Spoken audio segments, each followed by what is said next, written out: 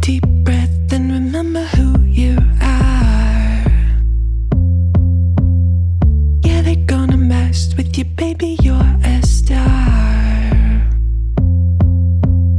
Stepping in the spotlight, you know that it feels right. Time to put up a fight, honey. Got nothing left to lose, so let's start right now.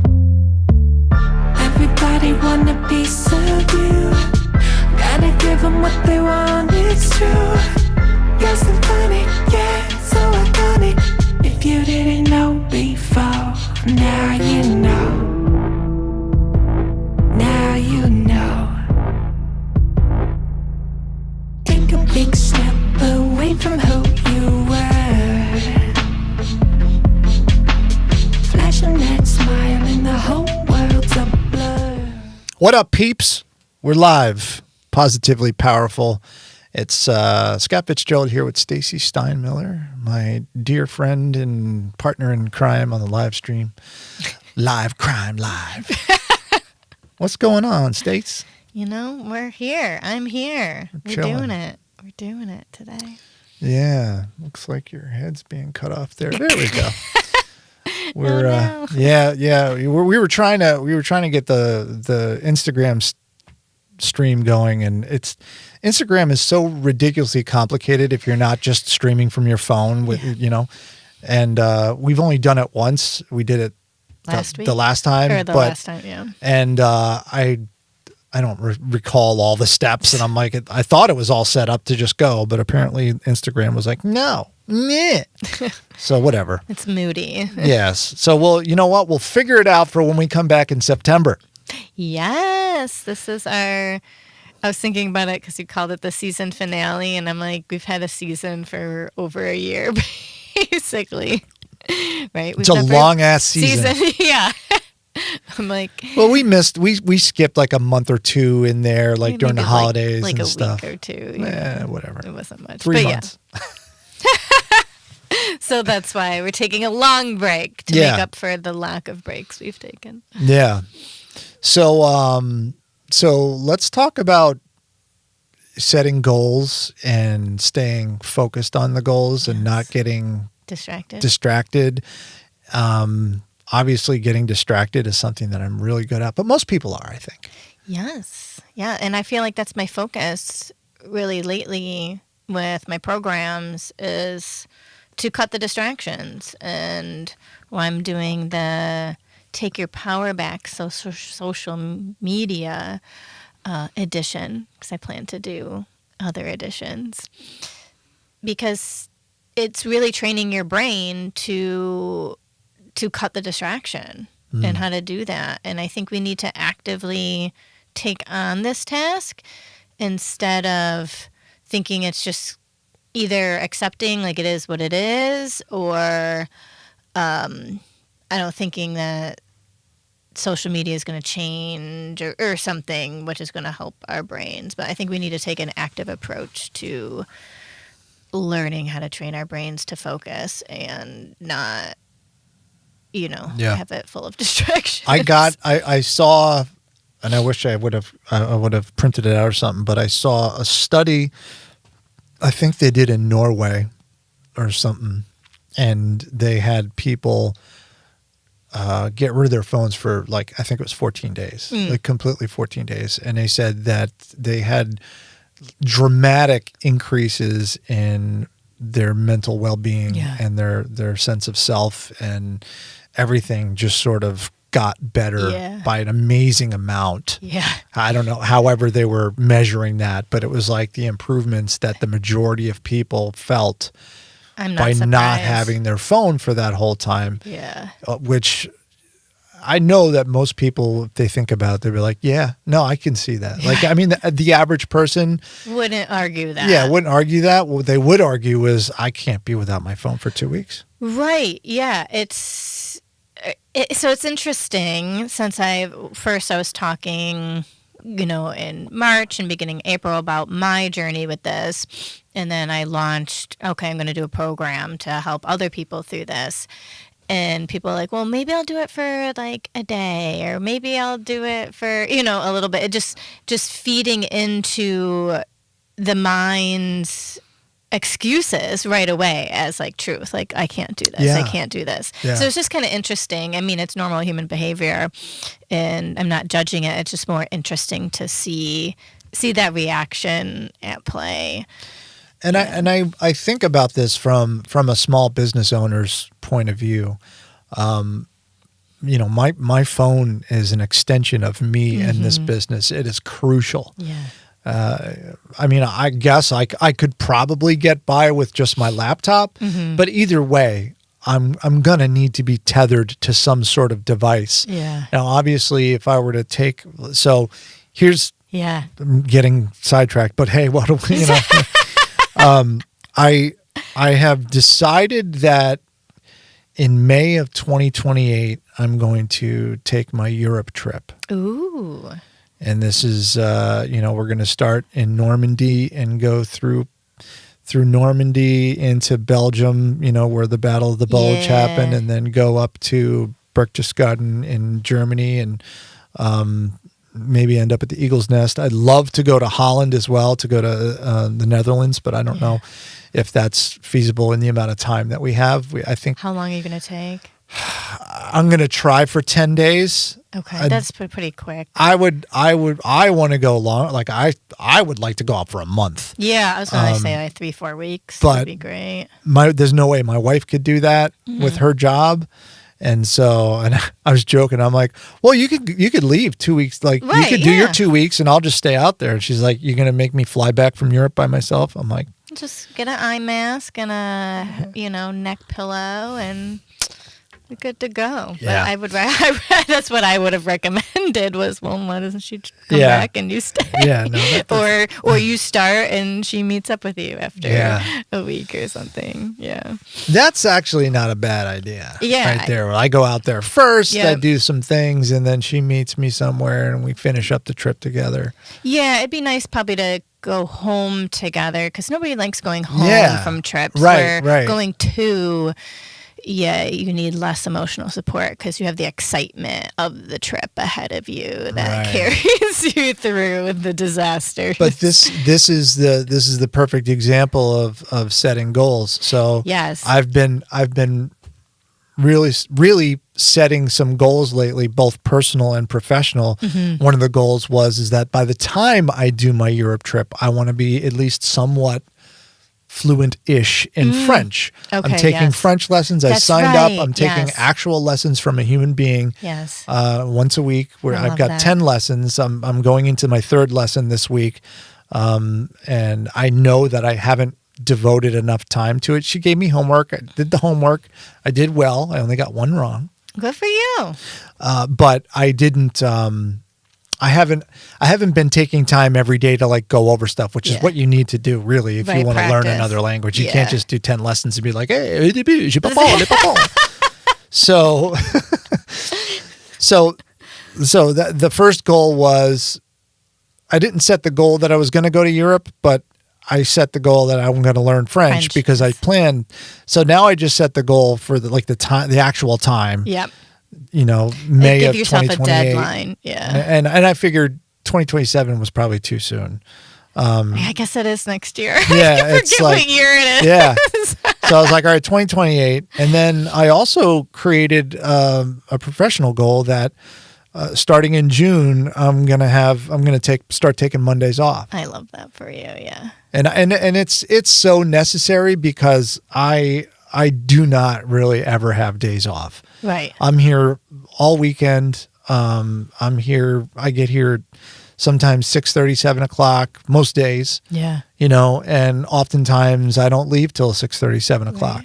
And you go home, eat, go to bed. Yeah, go home, eat, go to. Well, no, I go home and then I take the garbage out and then I clean the kitchen and then I make coffee for the next day. I'm gonna get you a house cleaner. Oh my God. That's my goal for you, Scott. Either a house. Take all the pressure off. You know what we need? Actually, I would love for someone to come into the house and do our laundry. That's all we need. We just need someone to do the laundry. Yeah. Because don't even try to clean the house. It just ain't gonna happen. You need to have a. You need to have something. I don't know. iron. I don't know how to say it. Oh, speaking of cleaning, shout out to Megan Johnstone and Grace, the co-owners of Rose Cleaning Company. They just gave my daughter Abby a job. Oh, that's okay. Great. Awesome. Yay.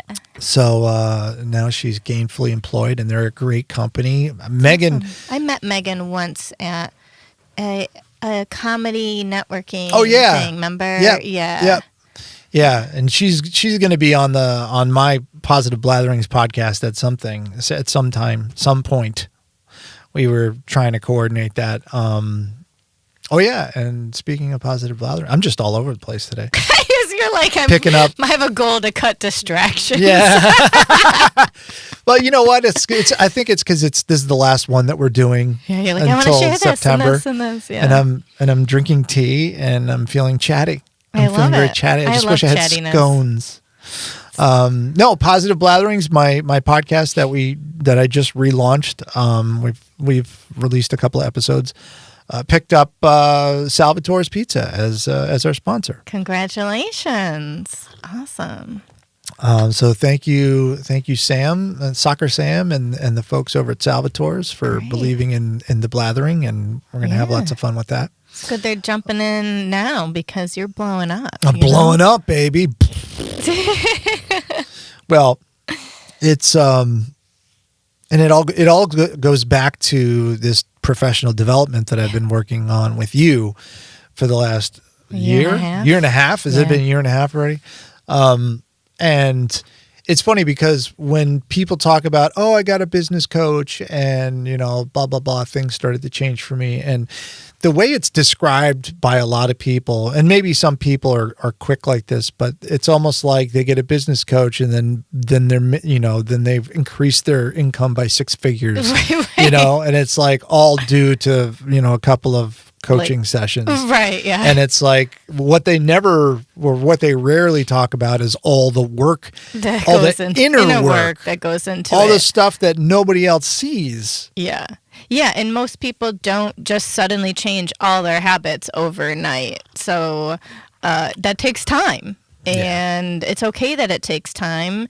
I'm really about sustainable goals, right? Yeah. Lifestyle changes. What can you sustain for the rest of your life, really? When I look at a goal, more so I think about, is this something I want to have for the rest of my life or for the foreseeable future versus I'm just taking a crash course in this or like one thing. But yeah, I think it prevents burnout when you go sustainably. It becomes a part of who you become versus almost like putting on a costume and playing dress up for a bit and then taking it off. So in your professional opinion, a lot of us have a lot of goals. We have a lot of different goals at very different levels, professionally, personally, and all that kind of stuff. How do you suggest someone who has like umpteen goals to put them in order and to focus on, because some of them you can focus on multiple goals at one time, but you still need to, you got to prioritize them and do that. And that's kind of part of the sidetracking thing is like you get something happen like, this deal came through or this supposed deal came through and it gave me this idea that it would be cool to put this thing together and try to sell this or whatever it is. And then next thing you know, you're off working on that thing. And the first thing is now somewhere else. Right. And then you're like, and then that could happen again when you're in the middle of the second thing, this other thing comes in and then you're on the third thing and you're like, holy Christmas. It's just, you're all over the place. And that's what happens to me. Yep. And they're all worthy goals. They're all, most of them are good ideas, things that we want to pursue. But at what point do you like, all right, write this on the board. Right. And we'll come back later. Yeah. So I think that's where it's good to have this, keep coming back to your vision as it's like a working document of your large, long-term ideal, so I'm really big on the word ideal, like what's your ideal? What do you really, really The want? ultimate. What's your ultimate goal? What's your impossible goal? What is this big thing up here?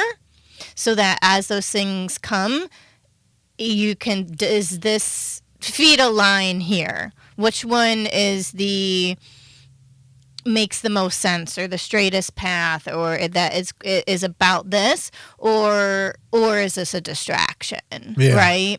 Yeah. And I think that can be really helpful, but you have to have that bigger vision set and accessible to keep coming back to. Does this fit my mission?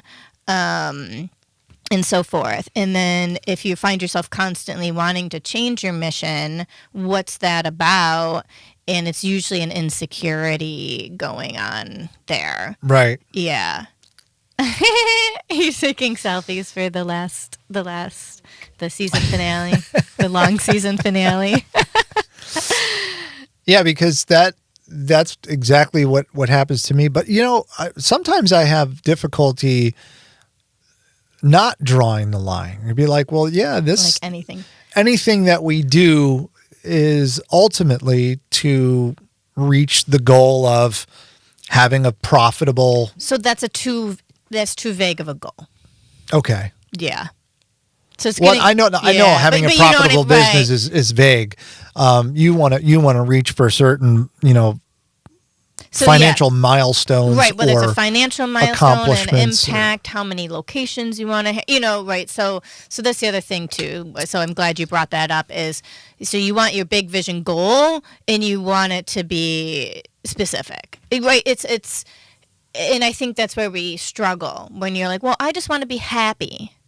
Well, okay, right? That's too vague of a goal. Yeah. What do you So that's why I like the word ideal, like paint out, right? So when I do my intention setting calls with one of my groups every month, it's really about getting specific. And I'll often have my clients write out the details of their day. Like, what do you want that day to look like? The day that you actually discover that you've achieved the goal that right, like, yeah, that like day that you wake up and you get this email that says, hey, you won the sweepstakes, and it's a picture of Ed McMahon. Exactly. Yep. Right. And then what it does is it impresses the subconscious with that, and then it's a lot easier to discern from your intuition. Is this an opportunity or is it a distraction, right? And so that's the other thing too, is recognizing, making the decision from more of an embodied place versus a logical mind place, because we can come up with reason and excuses on both sides. Like, there's always a reason to do something or not to do something. But the deeper we go, we can feel it in our gut, in our heart, in our body as to like what that true. Have you done that? Path Can you narrate for me? I mean, if you're comfortable, narrate for me what that process looks like. Like for you personally, like you have a goal in mind, what that day. Oh, with that day? Like, Yeah. Well, because I guess I do it every month too, so it does change wow. a little bit, right? Okay. But that's how it keeps it accurate. Yeah, I probably should have that like right in my head right now. Because I was did it the other day. I was just thinking of it right now, and I'm like, I would definitely need to write it out and sculpt it. If you will. Yeah, and it's a lot easier when so I would recommend, taking deep breaths, maybe doing a slight meditation, putting on maybe light, calming music and so forth, envisioning. So first going through an envision and really feel it through your day. And in a lot of ways, I live, for the most part, I live my ideal days. And so that's pretty cool. Wow. And I keep refining where I'm at around it. Like, even like, okay, so like I did, was it yesterday? So since this is our last Wednesday morning for a while. I went in and added Wednesday workout class. I already planned what I want my Wednesday. Filled this time slot. Look at you. Wow. So, freaking podcast studio isn't even cold. She's moving on. So I think it takes that intentionality of how do you want to fill your time? Because if you don't, it's going to get filled for you. Mm-hmm. Right? So I'm often taking that intentionality into my life, which does help really craft those days for me. And I keep refining it. So it's like a calendar I play with. And is this supporting me? Is this getting me? And another thing, I feel like I'm kind of rambling. You and me both. I haven't done this in a while, but how I used to do it, and I don't know if I've shared this on here, is I would take Maslow's hierarchy of needs. Yeah. And the one with like more things, like 7 things, not like the business ones that might have 4. And then I would write out my values and priorities under each need, right? So that's where it's like safety needs and health needs. Like what does that look like? What am I doing for my health? What am I doing for my safety? That one's probably, those are pretty like ingrained now. But for self-esteem, for a sense of belongingness, for aesthetics, for education, and all of that, my spiritual development. So I'll kind of categorize those areas. I wonder how many people do it that way. Like how many people think that in depth about, they categorize their life in all these different buckets and say, how this is my goal for my self-esteem. This is my goal for my, whatever. Yeah. That's pretty thorough. I wrote a paper on that in grad school. It was a burnout prevention. We had to do a burnout prevention plan, a paper, and that's how I decided I wanted to categorize it for myself so that I could easily pull it up at any point in my mind. And then I know I'm like hitting all areas of life that are important. So it is about knowing your values, right? Like, what do you truly value? Wow. I don't think I've ever thought of all of those things in that way. I think about them when they come up. Right. And usually when you're suffering, when you don't have it, right? Right. When you're noticing that there's a problem, that's when you're like, this isn't where I want to be for my this or that or whatever. Which is good, because then it helps us to correct for it, right? So as long as we don't judge it and you're not like, oh my God, everything's falling apart. You're like, I'm experiencing this suffering so that it points me to where I want to go, right? And if we look at it that way, then it's not going to be so bad. We're like, okay, this is actually pointing me towards. It's that whole reframing thing. Yeah. That it's so funny that something so simple, well, it's not always simple to do, right, but the concept of what it is simple. Yeah. And you say, oh, I really had, that was really annoying, and I really didn't want to do that, and then you change that. Yeah. Maybe, it's hard to do, but you're like, wow, I get to do this. Mm-hmm. Or I'm not. I love that. I get to reframe. That's a good one. Or I don't really want to do this, but I know it's necessary, and I know it's what I have to do, and I'm going to stay true to myself and be professional or this and that and do it to the best of my ability. Yeah.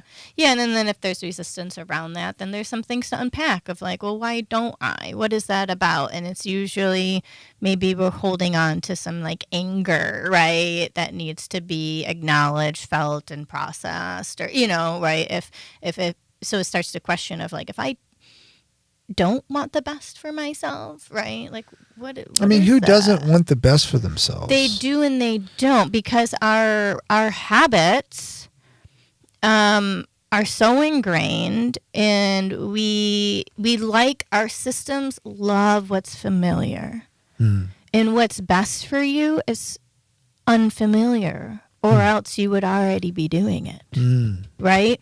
So we're struggling with this. Yes, I want the concept of what's best for me, right?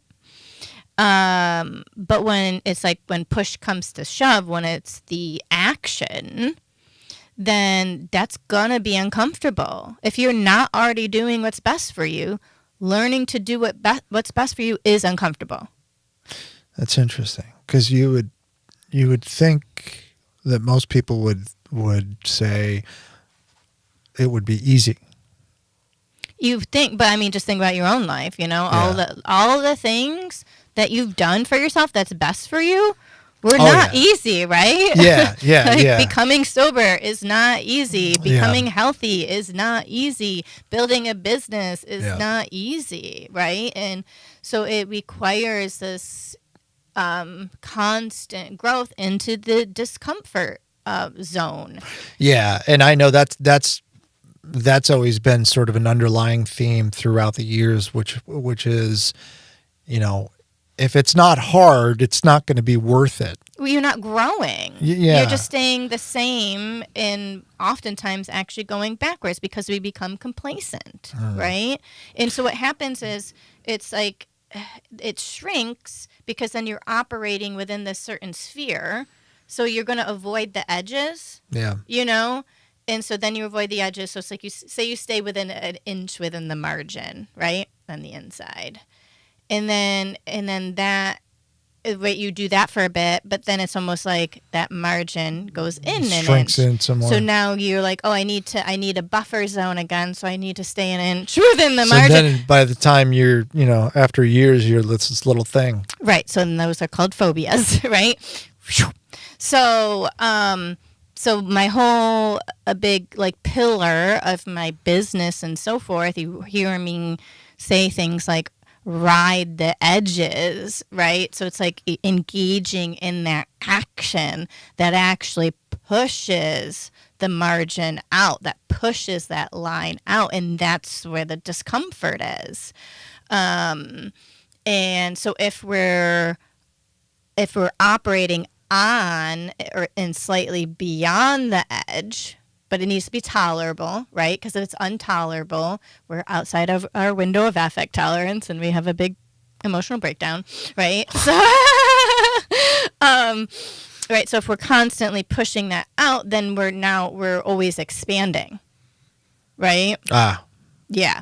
And as we're opposed making to the bubble shrinking, bigger and bigger and bigger and bigger. And that's what it means to grow your capacity, right? So you're growing your inner capacity to tolerate more. It's not about doing more. It's about tolerating more. It's about tolerating more risk to where it's now normal to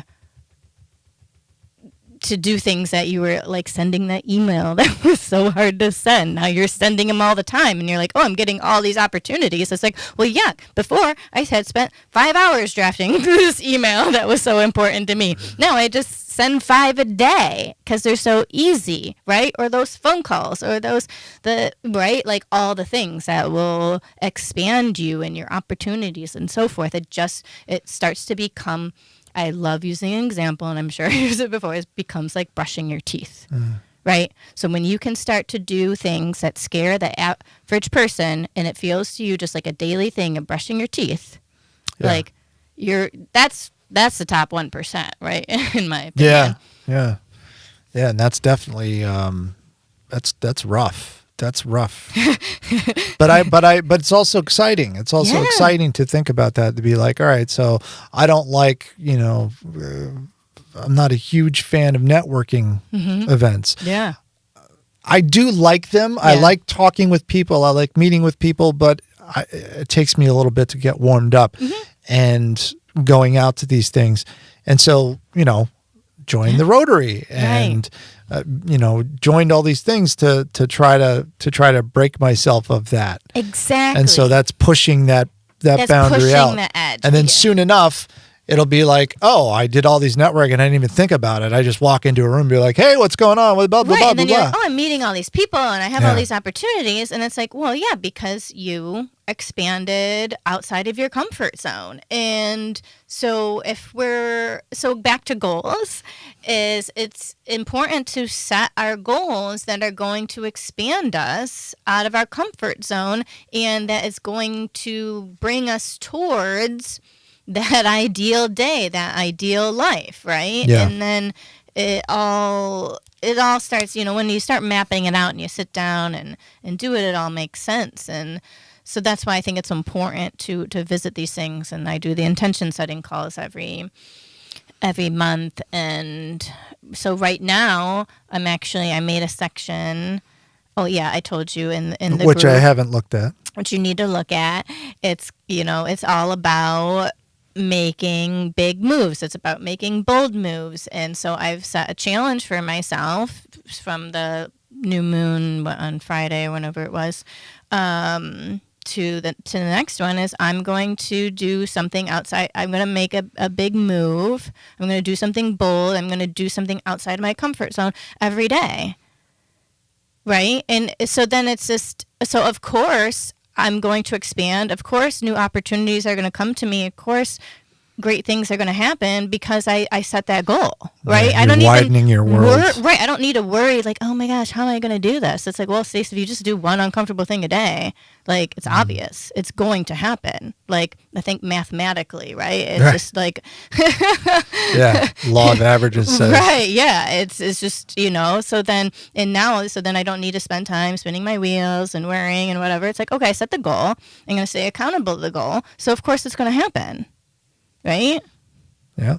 And but it's a journey getting to that place of, and I wrote my Substack the other day, Monday I think I put it out, was about this developing of self-trust. And so when we set a goal or a challenge for ourselves, and it's something that rides the edge but is doable, right? You're not like doing something crazy like I'm going to make $1 million this month and you're nowhere near $1 million, or Right. I'm going to make 10 million and you're nowhere near whatever. But like, as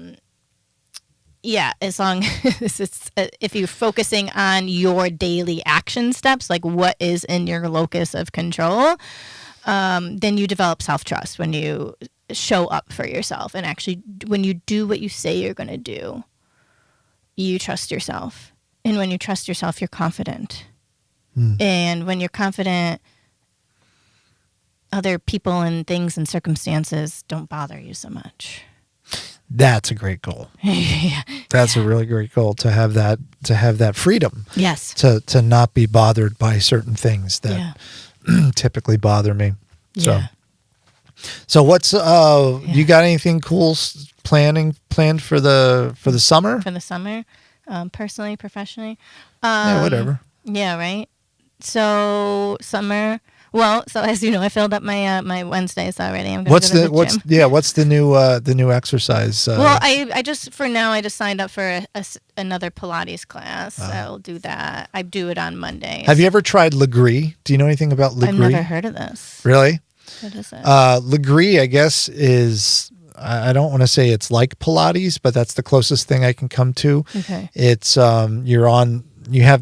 they have these machines, and it's very, I don't know. So one of my clients, Michael Chipman, he's a Legree senior master trainer, and there's people that are opening up these Legree studios. Is it one with all the things that move? Yeah. Okay. Yeah. I guess I didn't know the name. Proformer or Megaformer and stuff like that. Reform. So yeah, I've seen some videos of it, but it looks pretty interesting, and it's really challenging and Yeah, that good for I'd you. have to pay extra for. Yeah. Maybe I'll do that. I think there's a Legree studio in Victor, and I think there's one in Webster, but I'm not positive. Yeah, there's a few around, and there's the reformers at the gym. You have to pay more to do it. But so I added another Pilates mat class. But even the regular Pilates is hard for me. So yeah, I don't. And it challenges me in a way that's uncomfortable, right? So it's like running is a discomfort I know and is easy for me, right? So it's like so then it's more uncomfortable. And I just added Pilates, I don't know, maybe less than 6 months ago.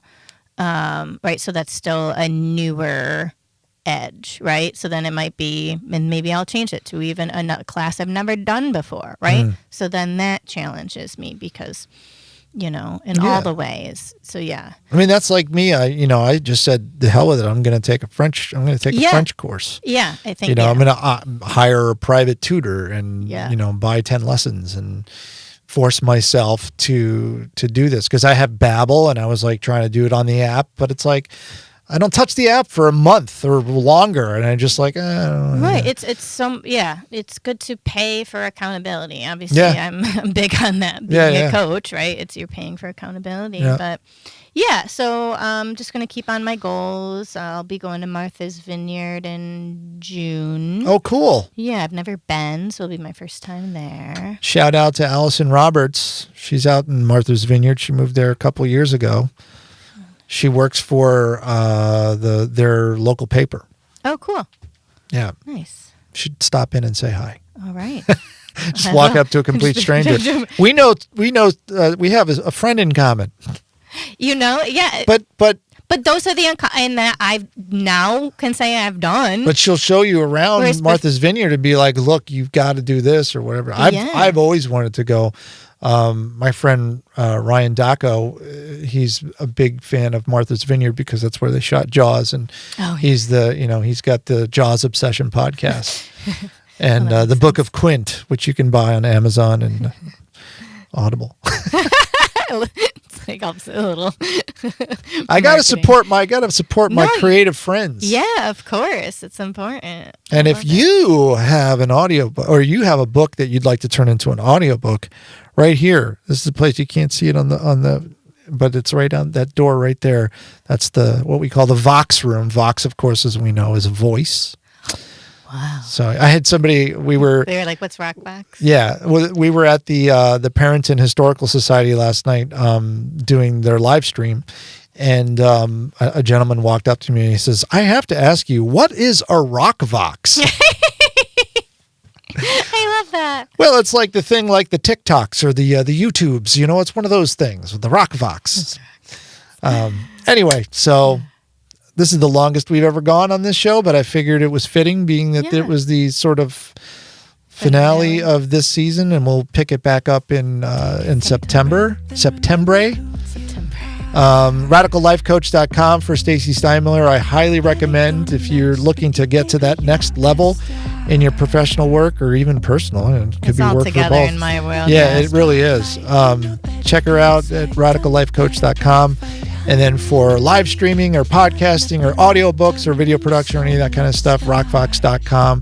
Come and hang out in the studio. Would love to have you in downtown, beautiful Bushnell Basin. It's beautiful. All right, see you guys. We'll be back. Peace.